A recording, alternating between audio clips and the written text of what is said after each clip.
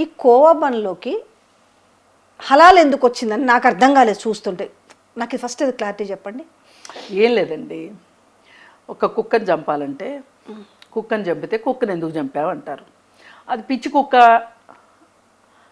కాబట్టి చంపాను అంటే ఒక మద్దతు లభిస్తుంది, నమ్ముతారు జనాలు. అందుకని మంచి కుక్కను కూడా దానికి పిచ్చి వచ్చింది అని చెప్పి పిచ్చి కుక్కను చేసి తను చంపిన దానికి ఒక నేను కరెక్టే చేశాను అని అనిపించుకోవటం కోసం ఎంత గొప్ప పని చేసింది పిచ్చి కుక్కని చంపి, ఎంతమందిని రక్షించింది ఈవిడ, ఎంతమందిని కరిచుంటుంది ఈ కుక్క. ఈమె మన పాలిట దేవత అనిపించుకోవాలి అనే ఉద్దేశంతో ఈ స్టోరీ మొత్తం బయటకు వచ్చింది తప్పితే ఇది వేరే ఏమీ కాదు. మన ఉనికి కోసం పక్కవాడు ఏమైపోయినా పర్వాలేదు, వాడు ఏ గంగలో కలిసినా పర్వాలేదు, వాడి పెళ్ళాం పిల్లలు వాడు తిండి లేక చచ్చిపోయినా పర్వాలే, వాడి జీవనోపాధికి ఏమైనా అయినా పర్వాలా, కానీ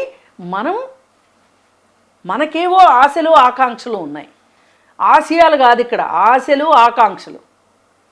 ఈ ఆశలు ఆకాంక్షల కోసం ఇవాళ జర్నలిజం కొత్త పొంతలు తొక్కింది. మీరు జర్నలిజం అనకండి.